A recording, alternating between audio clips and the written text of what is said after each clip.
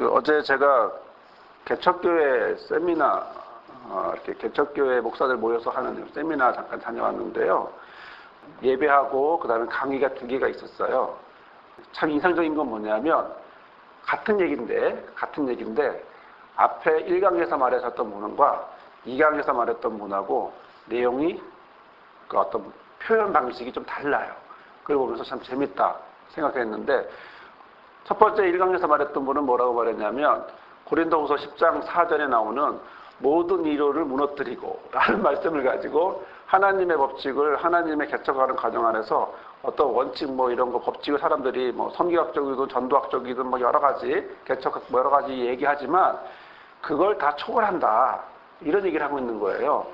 그 목사님의 삶을 들어보니까 아주 그냥 파란만장하고 아주 힘들게 어렵게 그 2년 동안 목사님에서 가건물 해놓고 있었는데 항공사진에 찍힌 거예요. 사택이. 그러니까 이제 뜯어야 되는 거예요. 이런 식의 어려움을 겪기도 하고, 그다음에 교회가 갑자기 이제 IMF 때 없어지고 하니까 또 한참 동안 그 어느 기도원 산골에 가서 이렇게 모여서 기도하기도 하고, 예배하기도 하고, 이렇게 하는 여러 가지 과정 속에서 했는데, 그분의 이야기를 쭉 들어보니까 정말 모든 이론이 소용이 없는 것 같아요. 그러면서 모든 얘기를 쭉 하면서 이론을 뛰어넘는 하나님이다라는 걸 계속 말씀을 하시는 거예요. 그리고 나서 2강을 딱 들었는데 이분은 이론을 얘기하는 거예요. 이분은 오히려 이론을 얘기하고, 개척하는 데도 여러 가지 법칙이 있고, 어느 교단은 이렇게 개척을 하는데 성공률이 어떻게 있고 실패율이 어떻게 있고, 그다음에 이제 특히 이제 미국 얘기를 하니까 우리나라하고 미국하고 좀 차이가 있다면 우리나라는 좀 더 주먹구구식의 그런 게 있는데, 무작정, 무대포 이런 게 있는데, 왜 미국 같은 경우에는 좀 더 합리적이고, 좋게 말하면 합리적이고 계획적 이런 건 사례를 이렇게 퍼센트를 따져서 이런 얘기들을 쭉 하시더라고요. 근데 그런 얘기를 쭉 들으면서 무엇이 맞다, 무엇이 틀리다 이건 모르겠어요. 그러나 재미난 사실은 같은 날 같은 강의를 들었는데 1강은 모든 이론을 파하고 모든 이론을 무너뜨리고 모든 이론을, 세상에 나오는 모든 이론을 초월해서 개척교회를 하려면 법칙들이 있거든요. 뭐 해야 되고 뭐가 있어야 되고 이런 식의. 그걸 넘어서 결국에는, 근데 두 분의 공통점은 뭐였냐면, 결국엔 두 분의 공통점은 또 기도였고, 그리고 또 그 다음에 또 전도였고, 이렇게. 결국에는 본질을 벗어나지는 않아요. 같은 이야기인데 이렇게 이쪽 얘기를 했고 이쪽 얘기를 했을, 다른 쪽 얘기를 했을 뿐이지, 같은 한 핵심은 뭐냐면 그 개척교회를 경험하시고 세워가면서 하여튼 그런 두 분의 경험을 놓고 들은 것은 똑같은 얘기를 다르게, 예를 들어 같은 상황을 누구는 감정형으로 누구는 사고형으로 보듯이 이런 차이가 있는 것처럼 똑같이, 그러나 본질은 변하지 않는 그런 얘기를 하면서 끝까지 힘을 내서 하라, 이런 쪽의 이야기를 하셨고, 또 굉장히 인상적이었는데요. 우리가 지난번에 함께 나눴던 부분이 이제 아브라함이라고 하는 부분이었고, 핵심적인 내용이 뭐였냐면, 과연 하나님은 아브라함이 무엇을 함께 했을까? 아브라함이 어떤 점을 함께 했을까? 핵심적인 내용은 뭐였냐면, 아브라함에게 가장 필요한 건 자손이었고 상속자였다는 거죠. 그래서 롯, 그 다음에 없어서 다메섹 엘리에셀, 그리고 잠깐 나왔던 엘리에셀 넘어서 10여 년 동안 같이 지낸 이스마엘, 그리고 정말로 하나님 약속의 아들로 주신 이삭, 이렇게 쭉 해서 결국 아브라함에게 정말 필요하고 아브라함이 정말 소망했던 건 정말 자손이었고 후손이었고 상속자였고, 그래서 그런 것 때문에 굉장히 집착하고 있다라고 하는 사실을 우리가 지난주에 함께 나눠보게 되었는데요. 그런 가운데서 우리가 아브라함의 일생을 좀 나눠볼 필요가 있겠다. 그다음에 대략적인 역사들을, 어떤 인생의, 아브라함의 생애가 어떻게 흘러가는지를 한번 좀 볼 필요가 있겠다 싶어서 오늘은 탐구 일부분을 함께 이제 나누려고 합니다. 제6과 아브라함, 그 사람이 누구의 아버지가 되냐면 이제 믿는 자들의 아버지가 됐다. 믿는다라는 게 뭐냐? 자, 믿음이라고 하는 부분이 무엇일까? 이 부분에 대해서 오늘부터 본격적으로, 특히 창세기 15장의 부분에서 본격적으로 이야기가 나오고, 우리가 너무나 잘 아는 아브라함이 믿으니 하나님 의롭게 여겼다, 이렇게 여겼던 말씀을 우리가 이제 알고 있고 15장에서 보고 있는데요. 자, 그러면 탐구일을 보면 하나님을 믿는 아브라함 이 부분에 대해서 15장의 아브라함을 이해하기 위해서는 14장의 배경을 알아야 합니다. 하나님의 위로의 말씀은 아브라함의 어떤 상태를 나타냅니까? 이렇게 이제 말씀을 합니다. 우리가 말씀을 한번 보고 이 말씀의 근거에서 과연 이 선을 어떻게 연결을 해야 될지 한번 볼까 하는데요. 1절에서부터 창세기 15장 1절에서부터 6절까지의 말씀을 우리 한 목소리로 읽겠습니다. 이후에 여호와의 말씀이 환상 중에 아브라함에게 임하여 이르시되 아브라함아 두려워하지 말라. 나는 내 방패요 너의 지극히 큰 상급이니라. 아브라함이 이르되 주 여호와여 무엇을 내게 주시려 하시나이까. 나는 자식이 없사오니 나의 상속자는 이 다메섹 사람 엘리에셀이니이다. 아브라함이 또 이르되 주께서 내게 씨를 주지 아니하였으니 내 집에서 길린 자가 내 상속자가 될 것이니라. 여호와의 말씀이 그에게 임하여 이르시되 그 사람이 내 상속자가 아니라 내 몸에서 날짜가 내 상속자가 되리라 하시고 그를 이끌고 밖으로 나가 이르시되 하늘을 우러러 무뼈를 셀 수 있나 보라. 또 그에게 이르시되 내 자손이 이와 같으리다. 아브라함이 여호와를 믿으니 여호와께서 이를 그의 공의로 여기시고. 아멘. 이 지도는 우리가 지난번에 함께 봤던 지도이고요. 아브라함이 어떻게 하란으로 왔다 가나안으로 들어왔는지에 대한 이야기, 그리고 가나안에 들어와서 무엇을 했는지에 대한 그런 지도를 나타내고 있죠. 오자마자 뭐랍니까? 제단을 쌓고 하나님의 이름을 부르기도 하고 그러면서 이집트로 갔다가 다시 돌아왔다가 베델로 다시 돌아왔는데 여기서 누구랑 헤어지죠? 롯과 헤어지게 되면서 아브라함은 어디로 갑니까? 헤브론으로 가서 거기서 정착을 하게 되고, 그리고 이제 롯은 소돔과 고모라가 심판받을 때 거기서 어려움을 당하게 되는 이런 모습을 보게 되는데요. 우리가 여기서 보고자 하는 게 뭐냐면 간단하게 아브라함의 약사를 한번 보면 75세 때 하나님이 불렀어요. 그리고 소명도 줬어요. 그리고 86세 때 어떤 일이 있습니까? 이스마엘이 출생을 하게 되죠. 그리고 99세 때 하나님이 이삭을 약속하고 할례와 계명을 합니다. 사라도 계명을 하고 아브라함도 계명을 하고요. 그러면서 정말 드디어 100세 때 하나님이 부르신 25년 만에 전혀 정말 불가능한 상황이 되었을 때에 이삭이 출생하게 됩니다.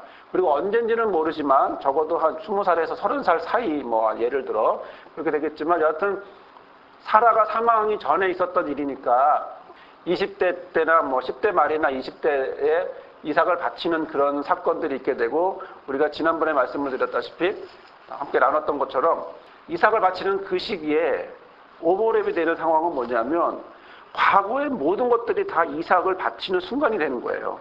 단순히 아들만 바치는 순간이 아니라 롯부터 시작해서 자기의 모든 과정, 자식이 없었던 부분부터 시작해서 롯을 어떻게 보면 또 대리자, 상속자로 생각했던, 성경에 나와 있지는 않지만 상속자로 생각했던 그런 부분, 그러면서 이스마엘로 이어지는 그런 상황에서 아마 이삭을 바쳤다라고 하는 이것은 굉장히 그냥 단순히 이삭만 바친 얘기가 아니라 아브라함의 그동안 전생에, 즉 120년 이상 되는 삶을 여기에 이삭에게 모아서 드린 게 아니겠느냐, 그런 생각을 한번 해보고요. 또 우리가 알다시피 이삭을 바치는 이 장소가 모리아산이고 예수님이 십자가를 지시는 그 장소이기 때문에, 그렇다면 실제적으로는 누가 죽는 거죠? 예수께서 죽으실 거라는 거죠. 몇천 년 뒤에. 그러면 그것은 또 누가 그 안에 들어가는 걸까요? 하나님의 마음이 그 안에 그대로 들어가고 있는 거죠. 다만 아브라함은 순양을 준비해서 여호와 이레가 되었지만 여기는 여호와 이레의 누구? 예수께서 아버지 하나님의 어떤 마음을 대신해서 이제 십자가를 지게 되는. 그리고 나서 이제 137세 때 사라가 사망을 하게 되고 175세 때 아브라함이 이제 사망을 하게 됩니다. 야곱과 에사가 몇 살 때 태어났죠? 야곱과 에사는 이삭이 60세 때 태어나거든요. 그러니까 손자를 한 15년 정도는 봤다는 얘기죠. 그렇게 한번 볼 수도 있겠고요. 여튼 그러나 야곱과 에서가 결혼하거나 증손자를 보지는 못했어요. 아들에서 손자까지만 하나 낳고 그 다음에 쌍둥이 둘 낳고 그러고 보니까 배로 증가했네요. 그쵸? 하나 낳고 배로 증가하는 그거를 봤는데, 여하튼 우리가 오늘 보고자 하는 건 뭐냐면 15장이에요. 이 15장이 어디쯤에 위치하고 있을까? 이 인생에 있어서. 그 얘기는 우리가 뭐와 비교해 보고자 하는 거냐면, 저와 여러분의 인생이 앞으로 예를 들어 뭐 100살이든 80살이든 살았을 때 지금 우리의 이 순간은 어디에 있느냐. 그걸 한번 보려고 하는 겁니다.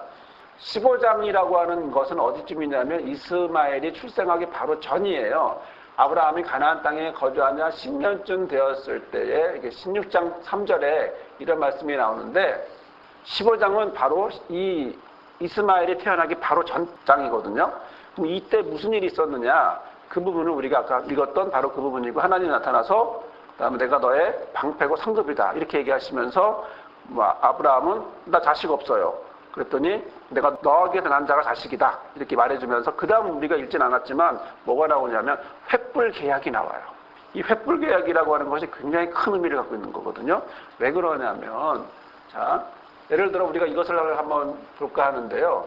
자, 에스겔서 47장에서 47장 1에서 5절까지 보면 우리가 너무나 잘 알고 있는 일천척 얘기가 나옵니다.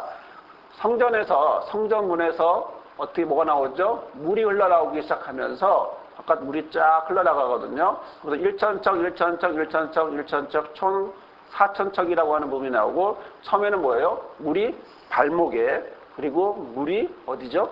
무릎에 그리고 물이 허리에 그리고 마지막에는 물이 내가 건너지 못할 강이 된지라 그 물이 가득하여 헤엄칠 만한 물이요 사람이 능히 건너지 못할 만한 강이 되었다라고 하면서 표현이 됐단 말이죠.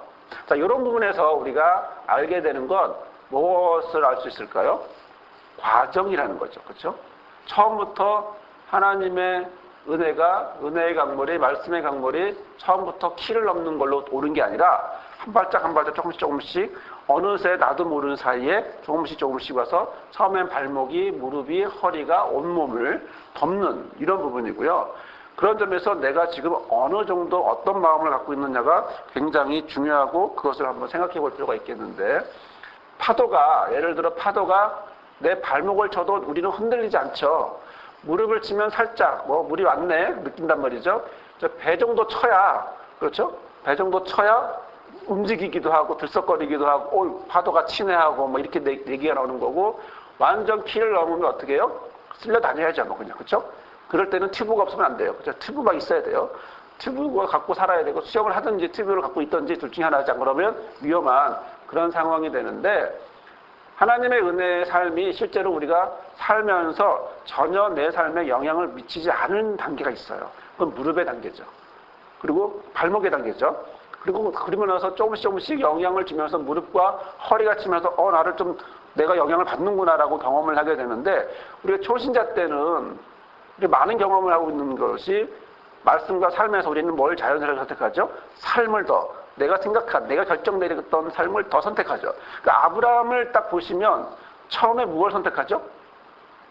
처음에 기근이 생기니까 하나님이 불러서 어디로 와요? 가나안에 들어오지만 재단도 쌓지만 기근이 생기니까 바로 이집트로 가는 거거든요. 이런 관계에서 우리가 볼 수 있는데 그러면 아브라함은 어떤 흐름이 있느냐? 이게 11장부터 20여 장까지 쭉 얘기를 흘러가 보면 아브라함의 흐름이 생활의 흐름 속에 이렇게 장별로 이렇게 나눠서 설명을 하고 있는 것을 성경을 보게 돼요. 11장에서 보면 우르와 하란에서 아브라함이 어땠는지 그러면서 거기서 딱 데라가 죽고 난 다음에 12장 1절에 딱 되니까 75세가 됐는데 하나님이 부르죠. 내가 너를 복으로 그 다음에 너를 축복하는 자에게 축복을 주고 저주하는 데 저주를 주고 민족을 이루겠다라고 하는 그런 말씀을 주시고 그리고 나서 이집트로 가는 거죠. 거의 무릎 단계죠.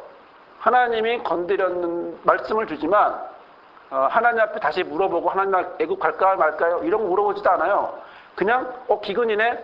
저기 가니까 좋은 식량 많을 거야. 나일 강이니까 식량 많을 거야. 거기 그냥 가는 거예요. 쭉 갔어요. 13장에는요. 거기서 어려움을 당하지만 누가 구해주죠? 하나님이 구해주죠. 이집트에서. 전적인 하나님의 구하심으로만 나오게 되고 다시 어디로 갑니까? 베델로 돌아오면서 처음 단을 쌓았던 곳 하나님을 부르는 곳으로 같이 가게 되고 거기서 우리가 알다시피 롯이 분가를 하면서 하나님이 분가를 하고 떠나니까 하나님은 아브라함을 불러다가 야, 보이는 이 땅을 동서남북을 다 팔아. 그러면서 종가횡으로 다녀봐라. 보이는 이 땅을 너와 내 자손에게 주리라. 자손 없지요. 그런데 이렇게 주겠다고 하시면서 그 다음에 이제 헤브론으로 가면서 단을 다시 쌓는. 그런데 자기 사랑하는 롯이 어떻게 됩니까? 14장에서 전쟁에 휘말리게 되죠. 지역 전쟁에 휘말리면서 포로로 잡혀가고 그러자 아브라함이 기습작전을 해서 롯을 구해주고 멜기세덱의 이야기가 짠 하고 나타나게 됩니다. 그리고 우리가 읽었던 15장 나는 너의 방패요 상급이다. 그리고 내 몸에서 날 자가 상속자가 될 거다라고 하는 16장의 말씀 읽고 별을 셀 수 있나 봐라. 그다음에 아브라함이 여호와를 믿었다. 이런 내용이 이제 나오면서 우리가 보고자 하는 횃불 계약, 횃불 언약, 그리고 그와 함께 이어지는 게 뭐냐면 아브라함의 자손에 대한 설명이 있어요. 프리젠테이션 해주는데요. 네 자손이 앞으로 어려움이 한 400년 겪게 되는데 뭐 이런 얘기 쭉 해주는 거예요. 그러니까 앞으로 어떻게 될 거다라는 것까지 얘기해줘요. 자, 중요한 건 뭐예요? 자손이 없어요. 근데 네 자손 얘기를 어떻게 얘기해줘요? 민족으로 얘기해주고 있는 거예요, 지금. 자손이 없는데 자손이 뭐야? 자식이 하나도 없는 상황에서 네 자손으로 인해서 민족이 됐는데 그 민족이 400년 동안 이런 일이 있을 거야. 자, 지금 아브라함이 뭘 봤을까요? 그러면 그런 얘기를 들으면서 하나의 SF 영화를 보는 것 같을 것 같아요. 믿어지겠습니까? 이게? 그러면서 하나님이 뭐라고 말하냐면 여기서 이제 18절, 21절 그 사이에서 하나님 약속한 가나안 땅에 대해서 구체적으로 이렇게 딱딱딱 얘기를 해준다는 이거죠. 하나님의 특징이 굉장히 MBTI식으로 말하면 이상적인 모습도 있지만 현실적인 것도 구체적으로 보여줘요. 막연히 이상으로만 끝나지 않아요. 현실적인 것도 자세하게 보여주는데 이런 것은 윗절, 횃불 언약이 이어지는 자손에 대한 설명은 이상적인 모습이죠. 추상적인 모습이죠. 미래적인 모습이죠. 그리고 여기서는 구체적인 땅의 모습의 모습을 보여주고 있는 거고 16장에서부터는 여기서 바로 이렇게 우리가 볼 때 하나님이 약속의 말씀을 주셨으니까 야 멋지게 신앙생활을 하겠구나. 그렇죠? 하나님이 은혜를 주셨으니까 보통 그런 결단을 하잖아요. 결심도 하고 뭐 야 은혜 받았어. 아 기뻐. 그러면 우리가 참 좋은 일을 할 것 같고 믿음으로 승화될 것 같은데 뭐가 발동을 하죠? 이성적 발동을 하게 되죠. 그러면서 이스마엘을 출생하게 되고 86살에 이스마엘이 출생하게 되는데 하나님이 16장을 지나 17장이 딱 되면서부터 뭐라고 말하냐면 나는 전능한 하나님이야. 넌 나에게 거룩해라. 이러면서 완전해라. 이러면서 내가 너와 언약을 다시 세우는 이런 모습으로 10여 년이 지나고 나서 이제 어떻게 하죠? 아브라함의 이름을 계명을 해주죠. 아브라함으로 사라를 사레로 사레를 사라로 그러면서 이제 뭘 하냐면 할례 얘기가 나오고 그리고 이스마엘 축복하는 얘기와 다른 모든 가족들이 다 종들이나 모든 이 식구들이 다 할례를 받는 얘기를 하게 되면서 18장은 이제 이 얘기는 18장은 갑자기 또 여전히 버리지 못하는 아브라함의 미련이 남는 거예요.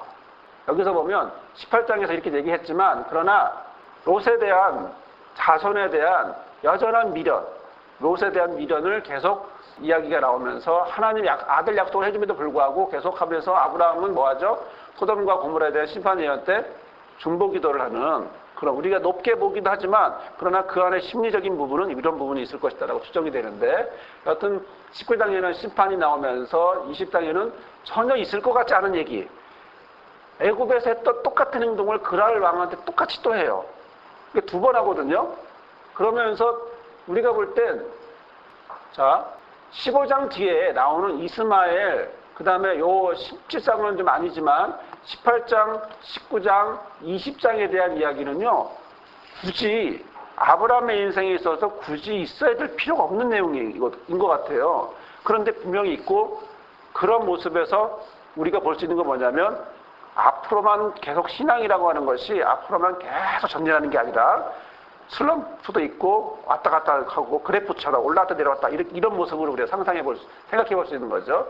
그러면서 드디어 뭐가 태어납니까? 누가 태어납니까? 21장에 이삭이 태어나죠. 그리고 이스마엘은 쫓겨나고. 그런데 재미난 건 뭐냐면 롯은 스스로 나가고 재산도 있었는데 이스마엘은 아브라함이 나가게 하고 재산도 주지 않아요. 혹은 좀 대조적인 모습을 볼 수 있어요. 그러면서 아비멜렉과의 계약에 이제 지역 계약을 하게 되는 그런 모습이 있는데, 아비멜렉과 이렇게 지역과 계약을 맺는다라고 하는 건 뭐냐면 그 지역 사람으로 인정을 해준다는 얘기예요. 왜냐하면 아브라함은 뭐예요? 뜨내기죠. 나쁘게 말하면. 좋게 말하면 유목민이지만 나쁘게 말하면 뜨내기예요. 그런데 거기에 뭘 해요? 계약을 한다는 거죠. 그런데 굉장히 중요하고, 그 다음에 이제 우리가 멋지게 알고 있는 정말 아브라함의 신앙의 절정이라고 표현하는 이삭 바치기.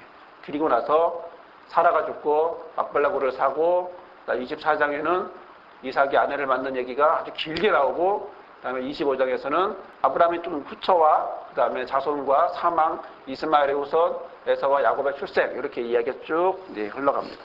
대충 이제 아브라함의 이야기를 우리가 보셨는데, 아브라함의 삶의 모습을 쭉 보면서 아브라함이 이렇게 멋지게 한 발짝 한 발짝 계속 앞으로만 나간 게 아니라 앞으로 갔다 뒤로 갔다, 어떨 때는 또 무릎 같은 행동을 했다가 발목 같은 행동을 했다가 이런 모습들을 보게 되죠.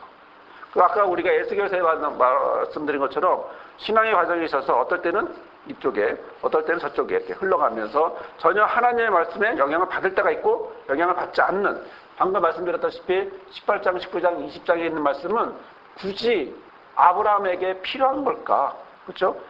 자, 15장에서 이렇게 멋진 하나님의 모습과 계약을 받은 아브라함이 왜 16, 18, 19, 20장까지의 이야기가 나와야 되는 말이에요. 그거는 다시 뒤돌아라 하나의 모습을 볼 수 있는 거죠. 자, 그런 점에서 우리가 보고자 원하는 건 오늘 우리가 봤던 창세기 15장에 있는 말씀이고, 이거는 85세경에 이스마엘이 출생하기 바로 전에 있는 말씀인데, 아까 우리가 읽었으니까 보면 이런 15장 1절에서 6절까지 있는 말씀인데요. 여기서 1절 한번 볼까요? 이후에 다 같이, 이후에 여호와의 말씀이 환상 중에 아브라함에게 임하여 이르시되, 아브라함아 두려워하지 말라. 나는 내 방패요 너의 지극히 큰 상급이니라. 네. 이런 일이 일어난 뒤에라고 이제 표현이 되고 있는 이 부분에 대해서, 자, 이후에, 자, 짧게는 14장의 얘기겠죠? 짧게는 14장에 대한 이야기일 거예요. 뭐냐면 전쟁이 승리하고 롯을 구했어요. 길게는 그러나 11장으로부터 시작하는 12장, 13, 14장에 이르는 아브라함의 인생의 일기와 같은 역사를 얘기하고 있는 거죠. 왜 이렇게 표현을 하냐면 아브라함의 인생도 한번 이렇게 전반부, 후반부 이렇게 한번 나눠보는 거예요. 저와 여러분의 인생도 실제로는 신앙의 인생도 꼭 똑같이 쭉 가지 않고 나눠볼 수 있고, 중간에 뭐가 있을까요? 계기가 있어요. 계기가 있죠. 계단식으로 점프할 수 있는 계기가 있는데, 아브라함의 일기라고 표현한다면은 이제 14장까지 일기고, 그다음에 2기로 표현한다면 아브라함의 생애를 2기로 표현한다면 횃불 언약과 함께 이스마엘까지, 그다음에 우리가 잘 알고 있는 3기는 정말 이삭의 출생과 드림이라고 하는 이 부분을 우리가 볼 수가 있는데, 여기서 한번 보시면 하나님의 말씀이 임해요. 하나님의 말씀이 임하는 거예요. 말씀이라고 하는 이것은요, 이제 데바르라고 하는 말인데, 이 데바르라고 하는 말은 하나님이 선지자에게 임하는 초자연적인 계시였고요. 그다음에 아브라함과 특별한 언약을 맺으시고 그에게 확신을 주기 위해서 찾아오셨고 말씀을 주신 거예요. 곧 하나님이 아브라함을 하나님의 뜻을 이 땅에 전하는 선지자로 삼으셨다라고 하는 사실을 보여주기 위해서 그냥 단순히 그냥 이야기하고 있는 게 아니라 뭐예요? 특별한 모습으로 말씀이라고 하는, 여기 말하는 데바르라고 하는 이 그 선지자에게 강하게 임하는 말씀, 특별하게 임하는 말씀으로 15장은 말씀을 하고 있는 거예요. 자, 이상 중에, 이상이라고 하는 것은 이제 보다, 깨닫다 라고 하는 그런 뜻을 갖고 있는데요. 이것은 하자에서 나온 말인데, 초자연적인 능력으로 그 무엇을 보이셔서 확실한 깨달음을 주는 그런 계시예요. 그러니까 지금 이 상황이요, 하나님이 평상시대로 이렇게 자연스럽게 아브라함이 생활 중에 임한 게 아니라 특별한 상황이에요. 12장 같이 하나님이 감동을 주는 것처럼 지금 15장에 대해서 하나님이 또 다른 감동을 강하게, 이상 중에라는 말은 이상은 보다, 깨닫다, 이렇게 특별한 상황을 얘기하고 있는 거거든요.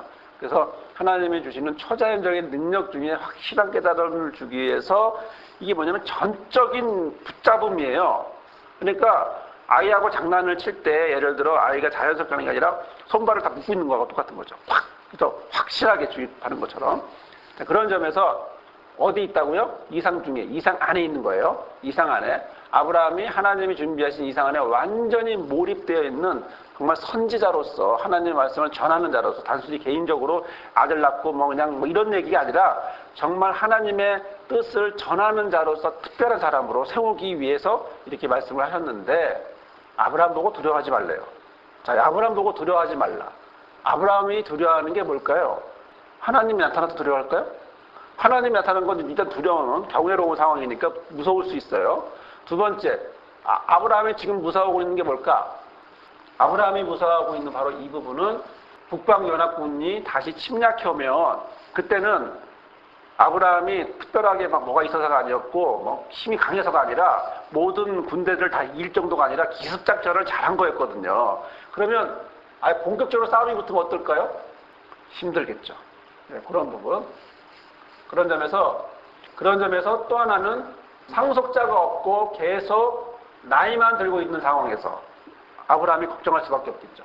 이런 여러 가지 이제 아브라함의 상황 속에서 하나님이 무엇을 말씀하고 있느냐? 두려워 말아라. 걱정하지 말아라. 이렇게 얘기하는 거죠. 이것은 지금 이 순간, 그러니까 이게 앞으로 절대 하지 말아 이런 뜻이 아니라 지금 이 순간 힘들어하지 마라. 이런 뜻이에요. 지금 이 순간적인 의미가 더 많이 있는데 하여튼 이런 점에서 하나님이 지금 무엇을 건들고 있느냐?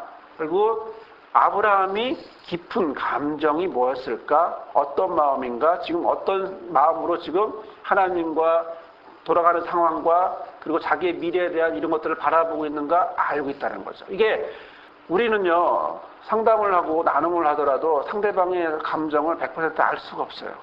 그리고 알 도리도 없고, 그러나 하나님은 이미 알고 그에 대한 아주 핵심 감정을 건드리는 거죠. 걱정하지 마, 두려워하지 마. 라고 분명하게 말씀하고 있는 거죠. 그래서 요한복음 14장에 있는 말씀도 너희는 마음에 근심하지 마라. 하나님을 믿으니 또 나를 믿어라. 이렇게 말씀을 하시는데요. 여기서 하나님 두려워 말라고 하시면서 뭐라고 말씀하시냐면 나는 너의 방패야. 이렇게 말씀하셔요. 나는 너의 방패야. 방패, 마겐이라고 하는 건데 이거는 이제 적의 공격을 막는 호신용 방패예요. 성도들을 어떤 성도들에게 든든한 보호자가 되신다라고 하는 하나님을 표시하는 그런 곳에서 그런 표현을 많이 사용이 되는데요. 이 너의라고 하는 이 표현이 뭐냐면 너를 위한이라는 말이에요. 나는 너를 위한 방패야 라고 표현하고 있는 거죠. 물론 우리가 알다시피 시편에 같은데 보면 이스라엘의 여호와를 의지하라. 그는 너희의 도움이시여 너희의 방패로다 라는 표현들이 너무나 많이 있는데 또 전쟁의 표현들 상황이고 그러다 보니까 이제 방패라는 표현들을 많이 사용하고 있는데 특히 이제 다윗이 전쟁을 많이 했기 때문에 그런 표현들을 많이 하죠. 하나님이 나의 삶에서 뭐예요? 방패가 되어주신다라고 하는 사실을 보여주고 있는데요. 왜 이런 얘기를 했을까요? 지금까지 방패라는 표현을 안 했거든요. 왜 이런 표현을 했을까요? 앞에 14장의 일이 무슨 일이에요? 14장의 일이 전쟁 상황이었잖아요. 전쟁 속에서 전쟁이 이겼어. 그 다음에 멜기세덱한테 가서 이렇게 축복도 받았어. 이 모든 것들이 다 누가 하신 거라고요? 하나님이 하신 거라는 사실을 하나님이 알려주는 거죠. 내가 너를 위한 방패였고 너를 위해서 이렇게 한 거야 라고 이제 말씀을 하신 것이고 그러면서 너의 지극히 큰 상급이다. 지극히라고 하는 건 대단히 크고 무수히 많은 상태를 얘기하는데 큰이라고 하는 건 계속 커지는 상태를 얘기하고 있고 상급이라고 하는 표현을 우리가 좀 자세히 봐야 될 게 뭐냐면 정당한 보수라는 거죠. 내가 너한테 정당한 대가야 라는 거예요. 하나님은 아브라함에게 내가 너의 방패고 내가 너에게 대가가 되어준다. 정당한 대가야 라고 얘기해 주는 거죠. 자, 이런 부분에서 우리가 오늘